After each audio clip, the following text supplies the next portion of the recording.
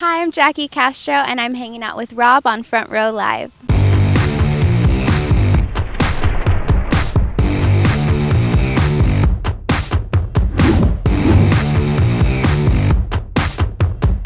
What's up, guys? Rob here from Live Entertainment. I'm hanging out here with Jackie Castro. How are you? I'm kind of stuck on Romanticize. It's your second single that you just dropped, and it's kind of catchy. Let's talk a little bit about the creative process of Romanticize, and why did you choose this as your second single? Well, awesome. I've been doing great. Like you said, I released my second single, which is super exciting. And I released it because I'm obsessed with it and I love it and I can't get it out of my own head. Nice. So I want to get it stuck good in other sign. people's head. Right. And yeah, I really love it. I love the concept of it, something I really connect to and relate to. So yeah. That's amazing. Now, before we talk a little bit more about your solo stuff, you come from, being in a trio with your brothers, and it's like folk rock that you did, and then now you're jumping in doing alternative pop solo artists. I feel like that's just crazy in itself. But I want to know what it was like for you to kind of discover yourself, your sound, your voice as a solo artist.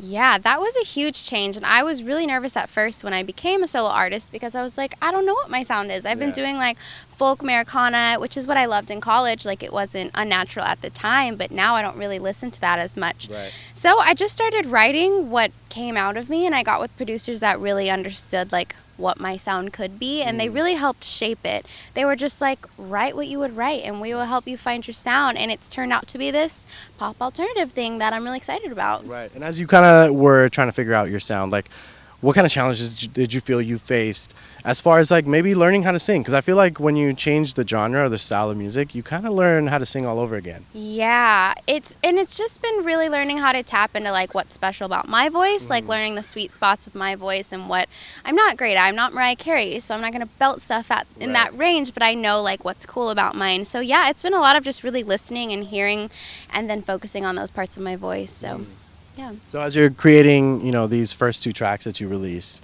how different was it in the studio when you were actually recording them?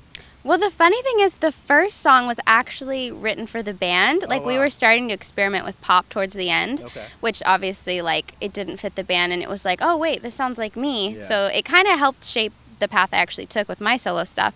So that was actually, I was in the studio with the band at that point, which is crazy. But my second one, it was really more hands-on than anything I did with the band.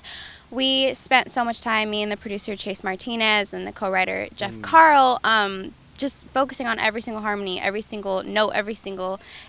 So I got to be really involved, which I loved. Right. So is Chase Martinez your go-to producer, or is this someone that you just started testing out, production with? Yeah, I have two go-to. It's Chase and my friend Mark Siegel. But yeah, he was one of my first sessions when I moved to Nashville, and I was couldn't believe that someone put into sound form what was going on in my head that I don't know how to explain. So he was just the instant partner that really understood and knew how to elevate my sound. Right. Now it's cool because I feel like Nashville now, before it was known as the country world, and I feel like now it's more known for pop songwriters. So do you see a difference in the way that these songwriters, if you're collaborating with any, are working now that you are no longer doing folk music and more into the pop world? Yeah, I mean, Nashville Pop is really thriving right now. And so what's cool about pop in Nashville is we still really care about the lyrics the way that country kind of does, and that's really important to me. That's my favorite part of writing. Right. So we have that care and attention to detail of the story and what we're saying, but amazing pop sound. So it really can compete in the LA pop world and the New York pop world. So yeah. So biggest challenge with Romanticize? Which part of it?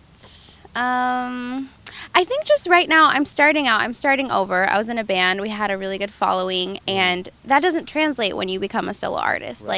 It's hard to even let everyone know that you're doing this new thing now. So really just having to rebuild my fan base is the hardest part. Not rebuild, but make it bigger so that Romanticize can be heard by more people than just who's already following me. Because I want to get to bigger stages and bigger tours, and so it's just a lot of groundwork right now.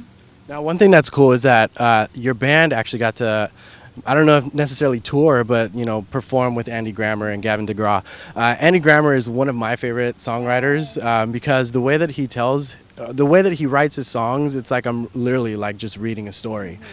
So did you have any opportunities to kind of collaborate with him, not necessarily on a song, but kind of like pick his brain in a sense on how he does his songwriting. Yeah, very much so. Actually, I remember this one night, I think we were in Orlando in the dressing room. We were just sitting and he was giving us advice. And he said to me, I'm going to get this book wrong. It's The War of Art or The Art of... One's like about war and one's about music and art. Okay. The War of Art. Someone needs to like check me on this. We're going to have to figure that one out. He said the next time he sees me, I need to have read that book and to have written 100 songs for my project before I release a record. That's like his big thing, is just write a ton of songs and don't stop until you've written enough that you can even complain about like not having the best ones out yet. So yeah, he's such an encouraging and uplifting voice and just gave so much genuine advice that helped him, and he's an amazing person. Well, thanks again for taking the time to sit down with me. You guys be sure to check out Jackie Castro. New single, Romanticize, is out now. Thanks for watching on Front Row Live.